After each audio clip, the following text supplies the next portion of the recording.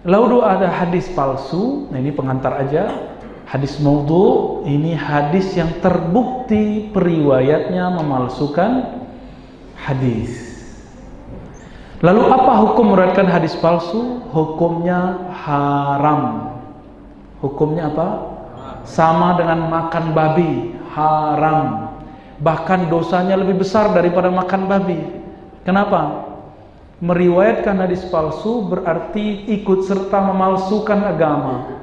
Dalam surat Az-Zumar disebutkan waman azlamu mimman iftara 'ala Allah.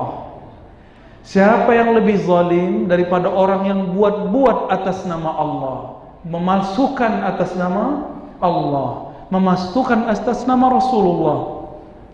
Maka dalam hadis yang mutawatir yang pasti sahih, man kadzaba alayya, boleh dibaca kaziba, siapa yang berbohong atasku, atas namaku, atas nama Muhammad sallallahu alaihi wasallam, amdan, muta'ammidan, di riwayat Imam Bukhari Muslim muta'ammidan, dengan sengaja, falyatabawwa maq'adahu minan nar, siap-siap tempat duduknya dari api neraka. Hadis ini sahih riwayat Imam Bukhari, Muslim, Abu Dawud, Tirmizi, dan hampir semua riwayat 70 orang meriwayatkan hadis ini. Sahabat Nabi sallallahu alaihi, disebut ini hadis mutawatir ma'lami wal lafzi. Apalagi ini yang paling bahaya, hadis yang kedua.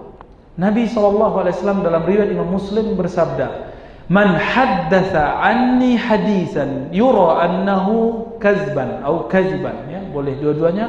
Siapa yang meriwayatkan, menyampaikan, menjadikan bahan ceramah, bahan khutbah, di-share, diviralkan, dan dia tahu itu hadis palsu, fahuwa ahadul kadzabin, dia adalah agen hadis palsu. Meskipun gelarnya ustadz, doktor, LC, MA, kiai, haji, syekh, maulana, apapun gelarnya, dia tahu itu hadis bermasalah, dia riwayatkan, dia ceramahkan. Dikatakan orang itu hadis palsu, Ustaz. Oh, untuk ceramah nggak apa-apa, untuk fadilah amal nggak apa-apa. Hati-hati, fadilah amal hadis dhaif biasa, tapi hadis palsu tidak bisa dijadikan untuk fadilah amal. Kenapa? Orang menggunakan hadis palsu untuk beramal sama dengan mandi tapi pakai kotoran. Tambah bersih atau tambah kotor? Tambah kotor. Sepakat? Tambah bau atau tambah harum? Makanya pengamal hadis palsu bagi orang-orang yang kalbunya dan ilmunya tajam, orang itu bermasalah. Bermasalah, Pak. Baik. Bapak, Ibu, ikhwan, akhwat fillah. Kita mulai masuk hadis-hadis palsu atau sangat lemah tapi populer dan sering dibacakan ustadz di khutbah-khutbah, di Google, di ceramah-ceramah. Ini mohon maaf ya para ustadz ya, ini bukan bermaksud menggurui atau ngerjain ya, supaya kita nggak terjebak kepada hadis yang tadi, kapling masuk neraka, mau ya. Ini kadang-kadang ustadz yang malah ngeles ya, untuk hiburan nggak apa-apa loh ustadz. Hei, hati-hati.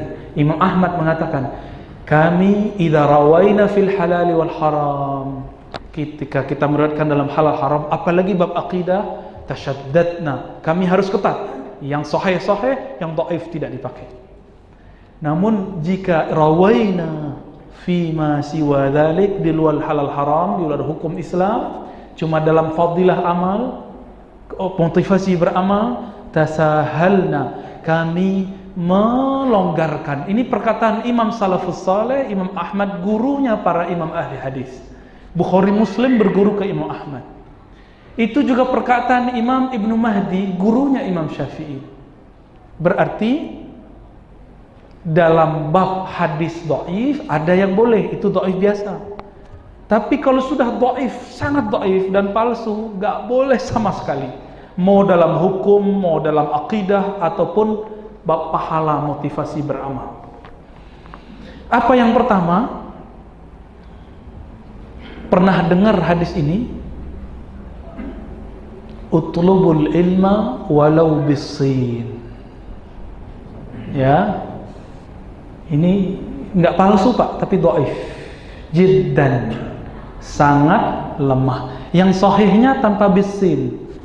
Yang sahihnya cuma utlubul ilma, tuntutlah ilmu. Turunannya itu palsu. Utlubul ilma minal mahdi ilal lahdi. Maknanya benar, tapi jangan bilang sabda Nabi. Jadi ada adabnya. Dalam sebuah riwayat jangan sebut ini hadis Nabi, tapi sebut saja riwayat. Itu adabnya. Nah, kita ajarin caranya supaya antum tidak disebut pemalsu hadis, agen hadis palsu. Mending agen umroh, ya, dapat duit. Ini agen hadis palsu, dapat neraka, Pak. Gimana hadisnya? Utlubul ilma, tuntutlah ilmu sampai ke negeri Cina. Yang kedua, utlubul ilma dari Mahdi. Mahdi itu apa arti Mahdi? Baru lahir. Ya, Mahd itu artinya tempat hamparan. Mihada di Quran. Kalau orang baru lahir ditaruh di bawah itu namanya mihad. Jadi bumi itu disebut mihad, hamparan. Dari hamparan baru lahir sampai ke lahad. Maknanya benar nggak? Jadi bisa saja hadis palsu itu maknanya benar, tapi disebut dari Nabi, adabnya salah. Berbohong atas nama saya, dosanya kecil. Berbohong atas nama gubernur, dosanya kecil. Berbohong atas nama Soekarno, dosanya kecil. Berbohong atas nama masjid, dosanya masih kecil. Tapi berbohong atas nama Nabi, berarti bohong atas nama Jibril. Bohong atas nama Jibril, bohong atas nama Allah. Itu disebut orang paling zalim di Quran surat Az-Zumar. Orang zalim itu munafik, munafik kekal di neraka. Na'udzubillah min dzalik. Namun kami, nah ini adab kita Bapak Ibu, kalau ada ustadz guru masih menyampaikan itu, jangan langsung ditegur di depan orang. Nanti kalau di belakang kita kasih tahu, Pak, kemarin kita dapat kajian. Berdua, jangan di depan orang khalayak umum ya. Itu hadis palsu. Nanti saya share ini ke Ustadz Alnof, silakan dibagi-bagikan nanti ya. Kita bolehkan. Namun ingat, yang punya hak mendiagnosa hadis sahih, hadis dhaif itu cuma ahli hadis. Ya, Bapak Ibu nggak punya hak karena bukan spesialis hadis. Ini kita harus buat jarak, Pak. Berapa lama spesialis hadis sama dengan spesialis kedokteran? 10 tahun. Ada yang sudah ngaji hadis 10 tahun? Setiap hari, Pak. Sampai mimpinya ketemu Nabi. Atau tidurnya kitab hadis, bangunnya kitab hadis lagi. Seperti imam-imam terdahulu, ya. Enggak ya, tidurnya pakai HP, bangunnya yang pertama dicari HP. Tahu-tahu pas bangun di alam kubur, cari HP enggak ada. Hati-hati ya. Sebelum tidur zikir dulu Pak, 33. Ini sunnah Nabi, subhanallah. Alhamdulillah, Allahu Akbar, 33 masing-masing. Biar nanti pas bangun tidur itu yang menyambut kita. Kalau bangun tidurnya nanti di alam kubur, jangan HP yang dicari ya, kecuali antum pasang alarm. Utlubul ilma walau bisin. Ini kebetulan belum masuk bulan Ramadan, tapi nanti bulan Ramadan hadis ini laku. Ya, hadis ketiga. Man fariha bidukhuli Ramadan harramallahu ajsadahu aw jasadahu 'alan niran. Siapa yang bahagia masuknya bulan puasa, Allah haramkan badannya, tubuhnya dari ujung rambut sampai ujung kaki dari neraka. Ini hadis apa bukan? Ya, kita udah bolak-balik sampai 100 kitab hadis kita cari, belum ketemu. Sampai ke kitab Imam Ibnu Asakir kita cari nggak ketemu. Ternyata ketemu. Saya ingat di waktu kecil kita membaca 5 kali khatam kitab Durratun Nasihin.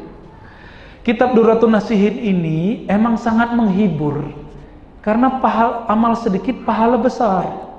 Ternyata setelah ngaji hadis kepada ahli hadis, ketahuan 50% lebih hadisnya palsu, 50% yang lain boleh dipakai.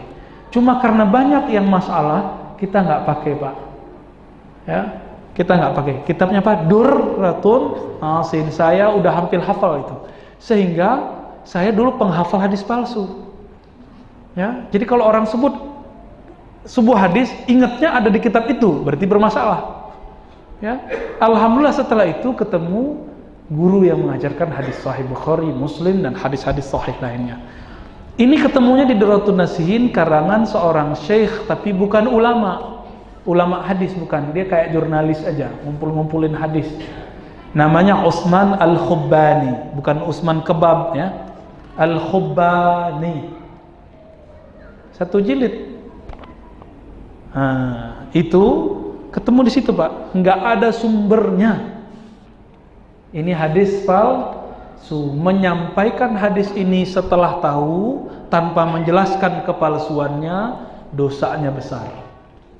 Tapi kalau belum tahu, semoga Allah tutup ketahuannya. Ya. Apa turunannya kalau bulan puasa? Pahala Qiyamul Lail malam pertama, kedua, ketiga sampai malam 30 itu hadisnya palsu. Kan banyak tuh di masjid-masjid ya dibagi. Nah, sumbernya mana? Durratun Nasihin.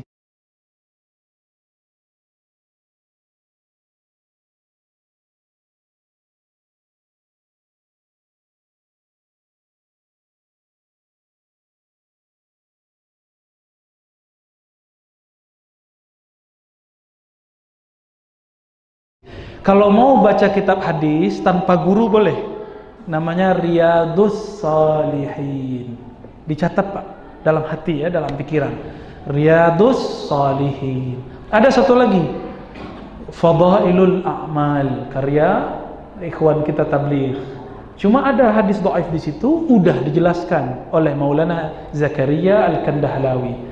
Saya dapat sanad hadis itu dari murid Syekh Yasin langsung dari Maulana Zakaria. Jadi jarak saya dengan Maulana Zakaria cuma dua orang ya.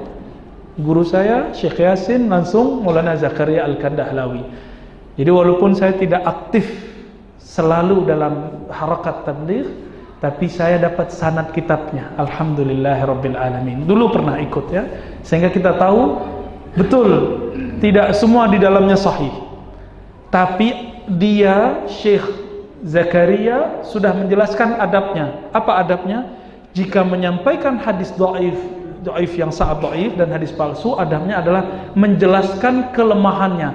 Tapi sayang, di terjemahan yang dipakai ikhwan tabligh, ahbab tabligh, yang penjelasan dalam kurung tidak diterjemahkan supaya kitabnya nggak ketebelan. Gitu. Tapi yang alim ngerti, Pak. Maka teman-teman tabligh itu kalau ngirim jamaah tabligh itu ada pilarnya, salah satunya ulama mesti dikirim ya. Nah, makanya saya nggak berani nyebut jamaah tabligh jamaah kompor ya. Bagi saya jamaah tabligh itu jamaah yang ngompor-ngomporin masuk surga ya, walaupun saya bukan ahbab tabligh, tapi saya mencintai mereka ya. Ada satu dua salah adab kita maklumi Pak, nggak apa-apa. Masa ustadz diajak khuruj, kita khuruj tiap hari. Kita khuruj di ma'ad tiap hari. Dia belum bangun, kita sudah bangun. Tapi datang ke rumah, bilang apa? Ustadz antum khuruj dong sama kita. Masa ustadz nggak mau khuruj? Kita aja khuruj. Ya saya senyum aja ya. Kami khuruj tiap hari. Ya ente kan dapat gaji di situ. Kurang ngajar dia ya. Apa kita setiap mengajar hadis dapat gaji? Enggak Pak. Suuzon nama ulama. Nah itu oknum ya. Tolong antum yang ahbab tabligh kasih tahu itu oknum-oknum ya. Saya sudah disinggung lebih dari 3 kali. Habis kajian kita ditashkil di bawah. Ya, kita capek-capek bela mereka di tanah, di lapangan, malah kita dihina di depan orang ya. Di BSD pernah ya, Jakarta. Tapi ya sudah. Ana muhibbuhum ya. Saya cinta mereka. Cinta jamaah dakwah. Nah, ini siap-siap. Bulan depan hadis palsu kembang lagi, Pak. Apa hadis palsunya? Siapa yang berpuasa 1 hari dapat pahala 1000 tahun. Yang berpuasa 2 hari di bulan Sya'ban dapat pahala sekian tahun, terus sampai akhir. Lebih 1000 tahun.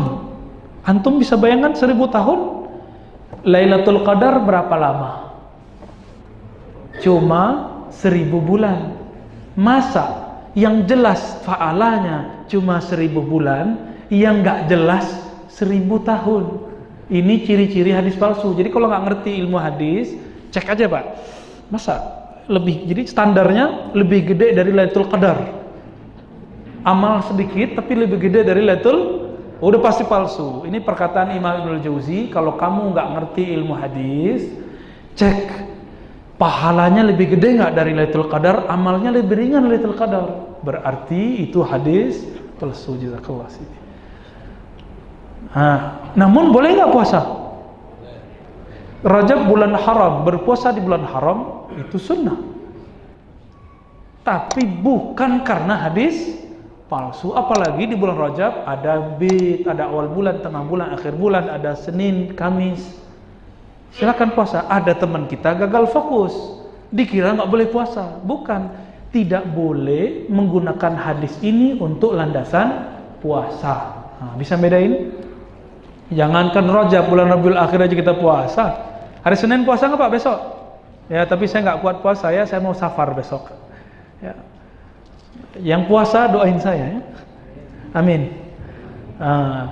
Ada lagi Pak hadis palsu seputar bulan Rajab. Rajab syahrullah, bukan Syahrul Gunawan. Rajab syahrullah. Rajab itu bulannya Allah. Udah berapa hadis? Tuh, saya nggak ngitung Bapak ya. Hitung sendiri deh ya. Rajab syahrullah, Rajab bulan Allah. Sya'ban bulanku, Nabi Muhammad. Wa Ramadan syahru ummati, Ramadan bulan umatku. Itu hadis sangat dhaif, tidak palsu. Ya, jadi kalau menyampaikannya boleh, tapi kasih tahu ini sangat dhaif, sehingga kita nggak pakai. Cuma pengen tahu aja. Ya. Ada lagi hadisnya orang travel. Mohon maaf orang travel ya, ustadz travel, tolong jangan pakai hadis ini. Keafdalan meninggal di Makkah, ya. Nabi menjamin masuk surga man mata fi Makkah. Siapa yang meninggal di Makkah. Makanya dulu ustadz kita, tuan guru, saya ingin mati di Mekah. Nenek-nenek kita dulu, saya ingin mati di Mekah. Ternyata hadisnya palsu. Ibnu Umar, Ibnu Abbas, kalau tinggal di Mekah, beliau cari luar haram. Nyarinya di belakang Ji'ranah. Kenapa? Ketika ditanya beliau jawab, saya kalau sudah masuk tanah haram, saya tidak boleh menyimpan kesal sedikit pun di kalbu, karena satu kekesalan dipandang besar oleh Allah Ta'ala. Kalau salat satu jadi 100.000, tapi kesalahan satu dipandang besar. Kenapa? Kalau ada orang meludah di depan anak kecil di luar sana, boleh nggak? Tapi kalau antum meludah di sini, ini masjid Pak, ini tanah haram atau tanah biasa? Ini tanah biasa. Meludah di sini dosa besar nggak? Dosa besar. Apalagi punya kotoran hati di sana. Maka Imam Sya'rani mengatakan, kalau kamu tidak sanggup punya adab rohani, adab qalbu, tinggal di Makkah, jangan tinggal di Makkah. Tinggal di luar kota Makkah. Ya. Gitu, ya. Jadi tolong ustadz travel jujur menyampaikan hadis. Jujur menyampaikan hadis, pakai hadis-hadis yang sahih. Banyak hadis sahih. Hampir 50 hadis tentang haji, umrah. Mulai dari fadilahnya sampai cara-caranya, semuanya ada, ya. Kemudian tentang bahasa Arab, bahasa surga. Saya dulu didoktrin, jangan-jangan Ustadz Al-Naf ini kalau diajak bahasa Inggris, ini udah lupa nih ya. Kenapa? Dulu didoktrin kita di pesantren atau di ma'had atau di asrama. Apa doktrinnya? Bahasa Inggris bahasa munafik, bahasa Arab bahasa surga. Nabi bersabda, bahasa Arab bahasa surga. Wah, kita akhir semangat. Ini efek belajar hadis palsu ini dulu ya. Tapi akhirnya kita tidak sejago bahasa Arab ngomong bahasa Inggris. Saya alhamdulillah faham ya, kita sering menerjemah bahasa Inggris, tapi ngomongnya nggak seperti bahasa Arab. Ngomong bahasa Arab tuh kayak sendawa aja ya. Tapi kalau ngomong bahasa Inggris gini dulu, ya. Mikir dulu, menerjemah dulu di sini. Baca teksnya nggak selancar bahasa Arab. Karena doktrin itu. Ternyata hadis ini hadis palsu. Lughatul Arabiyyah, al-lughatul Arabiyyah lughatul jannah. Bahasa Arab bahasa surga, bukan hadis sahih. Hadisnya palsu. Jadi tolong guru-guru pesantren, guru-guru sekolah, jangan pakai hadis ini. Pakai kalimatnya Umar bin Khattab. Apa kata beliau? Ta'allamu lughatal arabiyyah. Belajarlah bahasa Arab, fa innahu nisfuddin. Karena separuh ilmu agama ada dalam bahasa Arab. Jadi yang sudah bisa bahasa Arab, dia sudah punya kunci setengah. Tinggal mau ngaji, dia dapat setengah lagi. Ilmunya sempurna. Ya. Kenapa kita katakan begitu? Karena dalam surat Ar-Rum dikatakan wa min ayatihi, di antara ayat-ayat Allah, kebesaran-kebesaran keagungan Allah, ikhtilafu alsinatikum, perbedaan bahasa kamu, wa alwanikum, dan warna kulitmu, inna fi dzalika laayatin lil alimin, sesungguhnya hal itu adalah pertanda kebesaran Allah bagi orang yang alim. Jadi orang alim itu tidak hanya bahasa Arab, tapi bisa mengerti banyak bahasa. Saya pernah belajar bahasa Prancis, pernah belajar bahasa Persia, pernah belajar bahasa Jawa, tapi bukan Jawa biasa, Jawa kitab. Hono Coroko Doto Sowolo, lebih tua Pak dari ini, cuma 20 aksaranya. Kita pernah belajar dulu, tapi lupa semua.